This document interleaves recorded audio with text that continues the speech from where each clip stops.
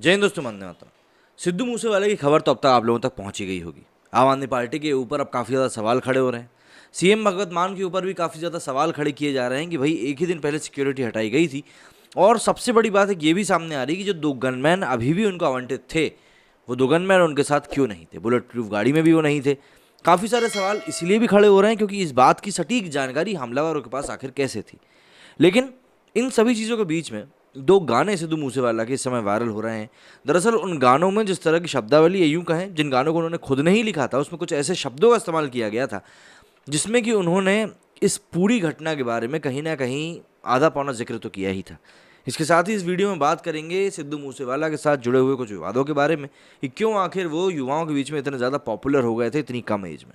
और सालाना यूट्यूब अकेले से ही जो इंसान मतलब 30 से 35 करोड़ रुपए कमाता हो, उसको आखिर क्या ज़रूरत पड़ गई थी एक पॉलिटिकल पार्टी में शामिल होने की। हालांकि पुलिस इसको एक गैंग वॉर बता रही है, लेकिन इसकी कहानी कुछ और भी निकल के सामने आ सकती है। पंजाबी सिंगर सिद्धू मूसेवाला की हत्या से देश में हंगामा मचा हुआ है, लेकिन सिद्धू मूसेवाला अपनी मौत की आशंका पहले ही जता चुका था। इस समय उनके दो गाने द लास्ट राइड और 295 लगेगी सोशल मीडिया पर सबसे ज़्यादा ट्रेंड कर रहा है। ये संयोग ही कह सकते हैं कि इनके टाइटल में ही उनकी मौत का अलर्ट भी था। 10 महीने पहले उन्होंने गाना 295 लगेगी रिलीज़ किया था। ये गाना पंजाब में हो रहे पवित्र ग्रंथ की बेअदबी की घटनाओं को लेकर था। इसके बोल थे, सच बोलेंगे तो 295 लगेगी। 29 तारीख और 5वां महीना यानी 29 मई को ही उनकी मौत हो गई। दूसरे गाने का टाइटल देखे द लास्ट राइड, तो सिद्धू ने अपनी महिंद्रा थार में जिंदगी की लास्ट राइड करी थी। सिद्धू ने मौत से 4 दिन पहले 25 मई को गाना लेवल्स रिलीज़ किया था, जो उनका आखिरी गाना बन गया।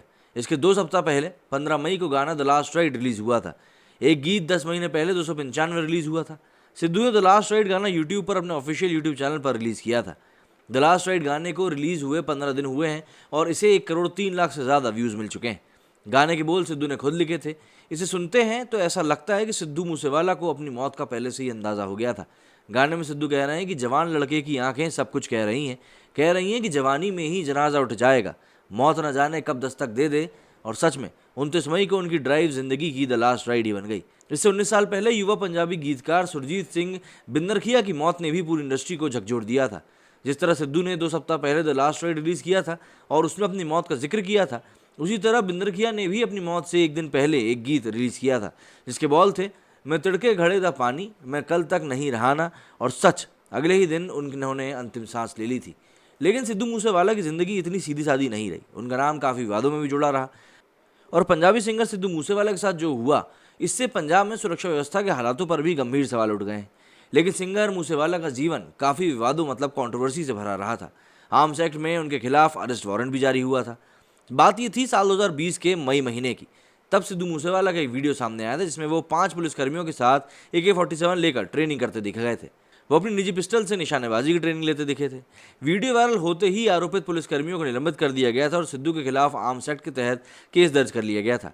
इस मामले में उनकी गिरफ्तारी की भी कोशिश हुई थी, लेकिन वो अंडरग्राउंड हो गए थे। सिद्धू मूसेवाला का एक गाना पंचगोलियाँ आया था।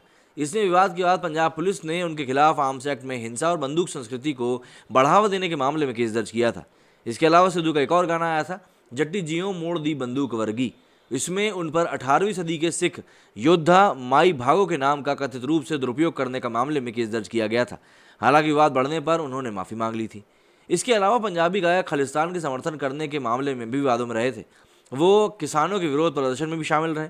दिसंबर 2020 में सिद्धू मूसेवाला का गाना पंजाब माय मदरलैंड आया था, जिसमें वो खालिस्तानी आतंकवादी जनरल भीसिंह भिंडरवाले का समर्थन करते दिखे थे। उन्होंने किसान आंदोलन का भी समर्थन किया था। साथ ही एक गाने में खालिस्तानी आतंकी भिंडरवाल की भी तारीफ करी थी। गौरतलब है कि गायक को उनके हिट पंजाबी ट्रैक जैसे कि लेजेंड, डेविल, जस्ट लिसन, तबे द फुट और जट दा मुकाबला, ब्राउन बॉयज़ और हथियार के लिए जाना जाता है। और जिस तरह से उनका साथ ये पूरी घटनाक्रम हुआ है, इसने इंडस्ट्री में भी कई लोगों को झकझोर के रख दिया और उसके भी कई तरह के रिएक्शंस निकल कर सामने आ रहे हैं। लेकिन बात वही है कि ये जो चीज़ें हुई हैं, जिस तरीके से हुई हैं और जिस आकस्मिक तरीके से हुई हैं, वो काफ़ी सवाल खड़े कर रही हैं। अच्छा, और इन सभी चीज़ों के अलावा सिद्धू मूसेवाला का एक पुराना वीडियो भी खासा वायरल हो रहा है जिसमें उन्होंने खुद इस बारे में जिक्र किया कि कैसे उनको कई सारे गैंग से धमकियां मिल रही हैं। सिद्धू मूसेवाला की हत्या के बाद से ही उनका एक वीडियो सोशल मीडिया पर खासा वायरल भी हो रहा है। इस वीडियो में मूसेवाला कार में बैठे नजर आ रहे हैं और कह रहे हैं कि पंजाब के कुछ गैंग्स हैं जो कि उन्हें लगातार धमकी भरे कॉल्स कर रहे हैं। सिद्धू ने कहा कि ये लोग जो प्राइवेट नंबरों से धमकी देते हैं, मुझे मारने की बात करते हैं, इन्होंने इससे पहले भी कई गायकों के साथ ऐसा किया है।